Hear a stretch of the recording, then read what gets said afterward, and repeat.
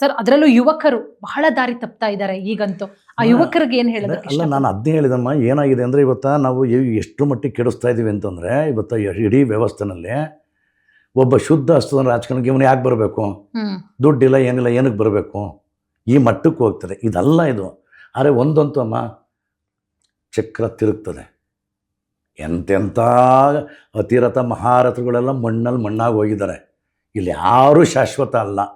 ನಾನು ಎಲ್ರಿಗೂ ಹೇಳ್ಕೊಳ್ಳೋದು ಅಷ್ಟೇ, ಪ್ರತಿಯೊಬ್ಬರಿಗೂ ಹೇಳೋದೇನೆ, ನೀವು ಚೆನ್ನಾಗಿ ಉಣ್ಣಿ ತಿನ್ನಿ, ಆದರೆ ಎಷ್ಟು ತಿನ್ನಬೇಕೋ ಅಷ್ಟು ತಿನ್ನಿ. ನಮಗೆ ನನ್ನ ತಲೆಮಾರು, ಮುಂದಿನ ತಲೆಮಾರು ಯಾರೆಷ್ಟೇ ಅವರನ್ನು ಇದು ಮಾಡ್ಕೊಂಡಿರು, ನನಗೆ ಯಾಕೆ ಕಾಣಿಸ್ತದೆ ನಮ್ಮ ಎಲ್ಲಿ ಸತ್ಯವಂತನಿಗೆ, ಗುಣವಂತನಿಗೆ, ನ್ಯಾಯವಂತನಿಗೆ, ಒಂದು ಸ್ವಚ್ಛಾರಿತೆ ಪ್ರಾಮಾಣಿಕತೆಯುಳ್ಳವನಿಗೆ ಮುನ್ನೆಲೆ ಬತ್ತು ಅಂದರೆ ಅವ್ನಿಗೊಂದು ಅಧಿಕಾರ ಸಿಕ್ತು, ನಾನು ಹೆಮ್ಮೆ ಪಡ್ತೀನಿ, ಖುಷಿ ಪಡ್ತೀನಿ. ಇವತ್ತೆಲ್ಲ ಹೆಂಗಿರಲ್ಲ, ಯಾರು ದುಡ್ಡು ಮಾಡಿಬಿಟ್ಟನೋ ಅವ್ನಿಗೊಂದು ಪಟ್ಟ ಸಿಗ್ತೈತೆ, ದುಡ್ಡು ಮಾಡಿದವನಿಗೆ ಒಂದು ಪಟ್ಟ, ಕೊನೆಗೆ ಅವ್ನಿಗೊಂದು ಚಟ್ಟ ಇದ್ದೇ ಇರುತ್ತೆ, ಅವ್ರಿಗೊಂದು ಚಟ್ಟ ಇದ್ದೇ ಇರುತ್ತೆ. ಜನಮಾನಸದಲ್ಲಿ ಉಳಿಬೇಕು ನನಗೆ. ನಾನು ಆ ಕಾರಣಕ್ಕೋಸ್ಕರಕ್ಕೆ ಎಲ್ಲದಕ್ಕೂ ಹೇಳ್ತೀನಿ. ಇವಾಗ ಎಲ್ಲ ಏನು ನಡೀತಾ ಇದೆ ಅಂತಂದ್ರೆ ನನಗೆ ಒಂಥರ ಏನು ಇದೊಂದು ದಂಧೆ. ನಾನು ಯಾರೋ ಒಬ್ಬರು ಕೇಳಿದೆ, ಏನಪ್ಪ ಮಾಡ್ತಾಯಿದೆ ಅಂತ. ಐ ಡೂ ಪೊಲಿಟಿಕಲ್ ಬಿಸ್ನೆಸ್ ಅಂದ. ಏನಿದು ರಾಜಕೀಯ ಒಂದು ಉದ್ಯಮವನ್ನು ಹಾಕಿ ಸರ್, ಇವ್ರಿಗೆ ನಾಚಿಕೆ ಮಾನ ಮರ್ಯಾದೆ ಅಂತ ಒಂದು ಬೇಡವೆ. ನಾನು ಯಾಕೆಂದ್ರೆ ಒಡನಾಟದಲ್ಲಿ ಇಟ್ಕೊಂಡು ನನ್ನೊಳಗಡೆ ರಾಜಕಾರಣಿ ಇದ್ದಾನೆ ಅದಕ್ಕೆ ಅಂತ. ಇವರಿಗೆ ಗಾಂಧಿ ಅಂದ್ರೂ ಅರ್ಥ ಆಗಲ್ಲ. ಸುಮ್ಮನೆ ನಾಮಕಾವಸ್ಥೆಗೆ ತಲೆ ಮೇಲೆ ಟೋಪಿ ಹಾಕೊಳ್ಳೋದಲ್ಲ. ನಿನಗೆ ತತ್ವ ಆದರ್ಶ ಎಲ್ಲನೂ ಬೇಕು. ಈ ತಳುಕು ಬಳಕು ಕೈ ಬಿಟ್ಬಿಡಿ. ಎಲ್ಲ ವಿಷಯಲ್ಲೂ ಈ ನಾಡು ನುಡಿಗೆ ಭಾಷೆ ಎಲ್ಲನೂ ಉಳಿಸ್ಕೊಳ್ಳಿ. ಎಲ್ಲ ಹೆಂಗೆ ಒಳ್ಳೆ ಯಾವ ಥರ ಕಿತ್ತಾಡ್ತಾರೆ ನೋಡಿ, ಅದು ಏನು ಥರ ಕಿತ್ತಾಡ್ತಾರೆ ಇವರು.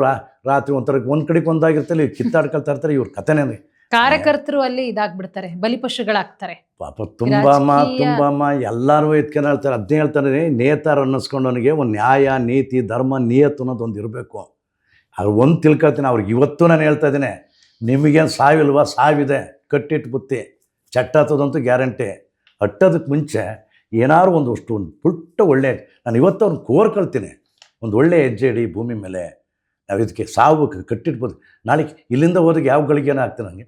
ಆ ದೃಷ್ಟಿಯಲ್ಲಿ ಇಡೀ ಸಮಾಜನ ಒಂದು ಸಾರ್ವಜನಿಕ ಕಾಲ ವಿಕಾಸ ಆಗಂಗೆ ಪ್ರೀತಿ, ಪ್ರೇಮ, ಸಮತೆ, ಕಾರುಣ್ಯ ಇವಕ್ಕೆಲ್ಲ ಹಂಬಲಿಸಂಥ ಜೀವಗಳಿಗೆ ನಾವು ಸದಾ ಹಂಬಲಿಸ್ಕೊಳ್ಳೋ ಹೇಳ್ತಾ ಒಂದು ಪರಿಶುದ್ಧ ರಾಜಕಾರಣ ಅದೆಲ್ಲವನ್ನೂ ನಾವು ಉಳಿಸ್ಕೊಳ್ಳೋಣ.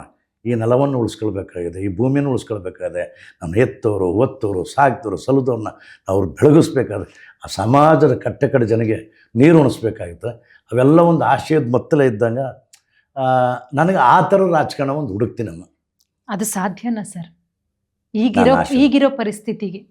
ಅಂದರೆ ಖಂಡಿತ ಅದು ಬರುತ್ತೆ, ಬಟ್ ಈಗಿರೋ ಸಿಚುವೇಶನ್ ನಾವು ಗಮನಿಸೋದಕ್ಕೆ ಹೋದ್ರೆ ಅದು ಸಾಧ್ಯ ಆಗತ್ತಾ ಅನ್ನೋ ಪ್ರಶ್ನೆನೂ ಕೂಡ ಕಾಡುತ್ತೆ ಅವ್ರಿಗೆ. ಏನು ಅದು ಪೂರ್ತಿ ಇಲ್ವಲ್ಲ, ಬಿಡ್ಲೇಬೇಕು. ಹೌದು, ಇಲ್ವೇ?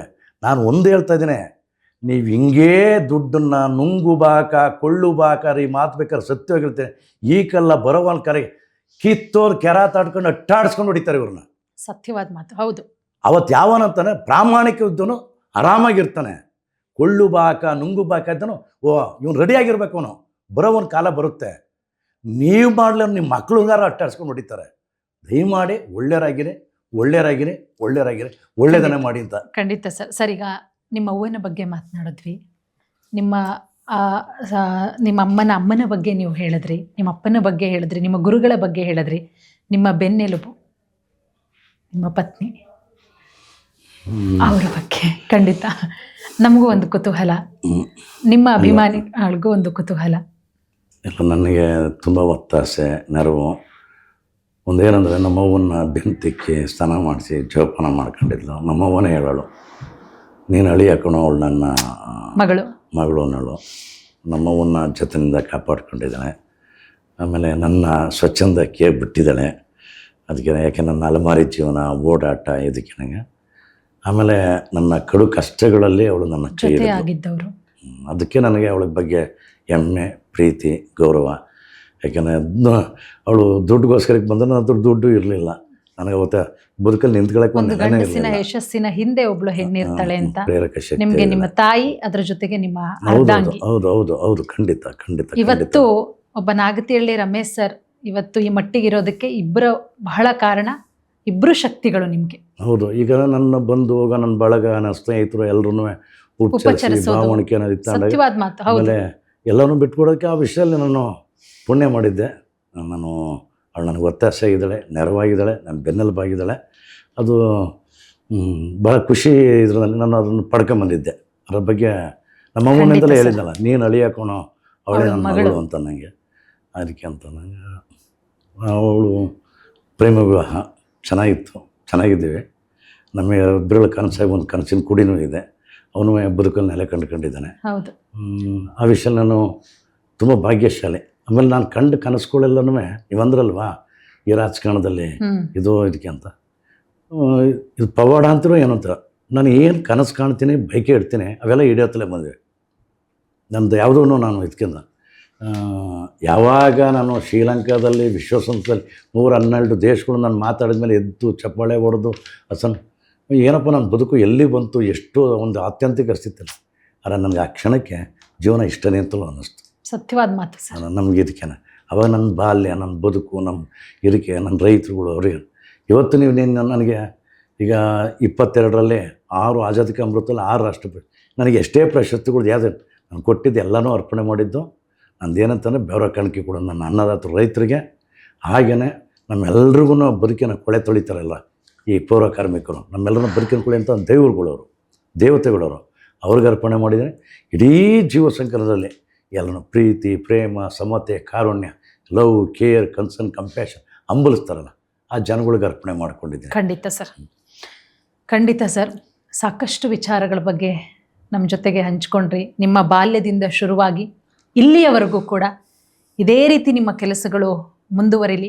ನಮ್ಮ ಸ್ಟುಡಿಯೋಗೆ ಬಂದು ಸಾಕಷ್ಟು ವಿಚಾರಗಳ ಬಗ್ಗೆ ಹಂಚ್ಕೊಂಡಿದ್ದಕ್ಕೆ ತಮಗೆ ತುಂಬ ಹೃದಯದ ಧನ್ಯವಾದಗಳು ಸರ್. ಈ ಸ್ಪೀಡು, ನಾನು ಅದಕ್ಕೆ ಮತ್ತೆ ಈ ವೇಗ, ಈ ಚಲನೆ, ನನಗೆ ಇಡೀ ಬಳಗದ ಜೊತೆಯಲ್ಲಿ ನನಗೆ ಇಲ್ಲಿರೋರು ಸರಿಸುಮಾರು 12 ವರ್ಷದಿಂದಲೂ ಕೆಲವರು ಪರಿಚಯ, ಕೆಲವರು 8 ವರ್ಷದಿಂದಲೂ ಪರಿಚಯ, ಕೆಲವರು 10 ವರ್ಷದಿಂದಲೂ ಪರಿಚಯ. ಇವ್ರು ಕಣ್ಣಂತ ನಿಮ್ಗೊಂದು ಕನಸಿದೆ, ಈ ಕಟ್ಟಿದ್ದೀರ, ಅಲ್ಲಿ ನೋಡಿದಾಗ ಇಲ್ಲಿ ನೋಡಿದಾಗ ನನ್ನ ಎದೆನಲ್ಲೇ ಒಬ್ಬ ಇದು ಈ ಕರ್ನಾಟಕದ, ಈ ಭಾರತದ, ಈ ಜಗದ ಎಲ್ಲರೆಲ್ಲರ ಎದೆಗಳಲ್ಲಿ ಕುಣಿಯುವ ಕಾಡು ನವಿಲಾಗಲಿ, ಎಲ್ಲರೆಲ್ಲರಲ್ಲಿ ಹರಿಯುವಂಥ ಕಾವೇರಿ ಜೀವನದಿ ಆಗಲಿ, ಗಂಗಾಮಾತೆ ಜೀವನದಿ ಆಗಲಿ ಅಂತ ಇವೆಲ್ಲನೂ ಕೊನೆ ಪರಿ ನೀರು ಸಂತಗಳೇ. ನಾನು ಮೊನ್ನೆ ಒಂದು ಕಾರ್ಯಕ್ರಮದ್ದು ಇದಕ್ಕಿದ್ದು ಮಾಡ್ಕೊಳ್ತವೆ, ಇವ್ರದ್ದೆಲ್ಲ ನೋಡೋಕ್ಕೆ ಹೋದಾಗ ಇವಕ್ಕೆ ಯಾವುದೇ ಹಿನ್ನೆಲೆ ಇಲ್ಲ, ಸ್ವಂತವಾಗಿ ಕಟ್ತಾ ಇವೆ, ಕನಸುಗಳಿವೆ. ಇವರೆಲ್ಲ ಕನಸುಗಳು ನನಸಾಗಲಿ, ನೇಗಿಲ ಬೆವರಿಗೆ ಒಂದು ಕಾಣಿಕೆ ಸಲ್ಲಿಸಲಿ, ಎಲ್ಲರೆಲ್ಲರ ಆಸೆ ಆಕಾಂಕ್ಷೆಗಳನ್ನ ಪೂರೈಸೋದಲ್ಲಿ ಆ ಕಟ್ಟೆ ಕಡೆ ಮನುಷ್ಯ ಇರ್ತಾನಲ್ಲ, ಏನೂ ಇಲ್ದಲೇ ಇರ್ತಾನಲ್ಲ, ದಿಕ್ಕು ದೆಸೆ ಹೇಳ್ತಾರೆ ಅವ್ರಿಗೆಲ್ಲ ಬೇರೆ ಬೇರೆ ಥರದಲ್ಲೇ ಇದು ಬರೀ ಸುದ್ದಿ ಮೂಲನೇ ಅಲ್ಲ, ಜೀವ ಅರಳಿಸ್ಬೇಕು, ಬೆಳಗಿಸ್ಬೇಕು, ಆ ಥರದ ಹೇಳ್ತಾರೆ. ನಾನು ನಿಮ್ಮ ಮುಖ್ಯಸ್ಥರಿಗೊಂದು ಹೇಳಿದೆ, ನಂದನ್ನೇ ನಾನು ಅದು ಬಲ್ಲರು ಕೆಲವ್ರಿಗೆ ಇಂಥದಕ್ಕೆ ಒತ್ತಾಸೆಯಿಂದ ನಾನು ಯಾವಾಗಲೂ ಕೇಳೋದು, ಕೂಡೋಣ, ಕಟ್ಟೋಣ, ಬಾಳೋಣ, ಬೆಳಗೋಣ, ಸಂಘ ಮಿಲಂಗೆ, ಸಂಘ ರಚಂಗೆ, ಸಂಘ ಜಿಯಂಗೆ, ಸಂಘ ಕಿಲಂಗೆ, let's come together, let's create together, let's live together, let's shine together. ಈ ಜೊತೆಲಿ ನಿಮ್ಮ ತಂಡದ ಜೊತೆ ಮಾತಾಡಿದಾಗ ಇದು ಎಲ್ಲರಿಗೂ ರಾಜ್ಯನೂ ಪಸರಿಸಲಿ, ರಾಷ್ಟ್ರವನ್ನು ಪಸರಿಸಲಿ, ಹಾಗೆ ಈ ಜಗದ ಎಲ್ಲ ಕಡೆಯೂ ಪಸರಿಸಲಿ, ಎಲ್ಲರಿಗೂ ಒಂದು ಒಳಿತನ್ನು ತಲುಪಿಸೋದಕ್ಕೆ. ಅದಕ್ಕೆ ನಾನು ಎಲ್ಲರೂ ಕೇಳ್ಕೊಳ್ಳೋದು, ಇಂಥ ಒಂದು ವಾಹಿನಿಗೆ ಬೇರೆ ಬೇರೆ ನಿಮ್ದು ಯಾವ್ಯಾವ ಪ್ರಕಾರದಲ್ಲೇ ನಾವೆಲ್ಲ ಒತ್ತಾಸೆ, ನೆರವು ಕೊಡೋಣ. ಇದು ಸದಾ ಜೀವನದಿಯಾಗಿ ಎಲ್ಲರೆಲ್ಲರ ಬಾಳಲ್ಲಿ ಹರಿಲಿ ಅಂತ ನಾನು ಕೋರ್ಕೊಳ್ತೀನಿ. ಖಂಡಿತ ಸರ್, ತುಂಬ ಹೃದಯದ ಧನ್ಯವಾದಗಳು ಸರ್. ಧನ್ಯವಾದ. ವೀಕ್ಷಕರೇ, ಇದಾಗಿತ್ತು ಈ ಹೊತ್ತಿನ ವಿಶೇಷ ಕಾರ್ಯಕ್ರಮ. ನೋಡ್ತಾ ಇರಿ ಸ್ಪೀಡ್ ನ್ಯೂಸ್ ಕನ್ನಡ.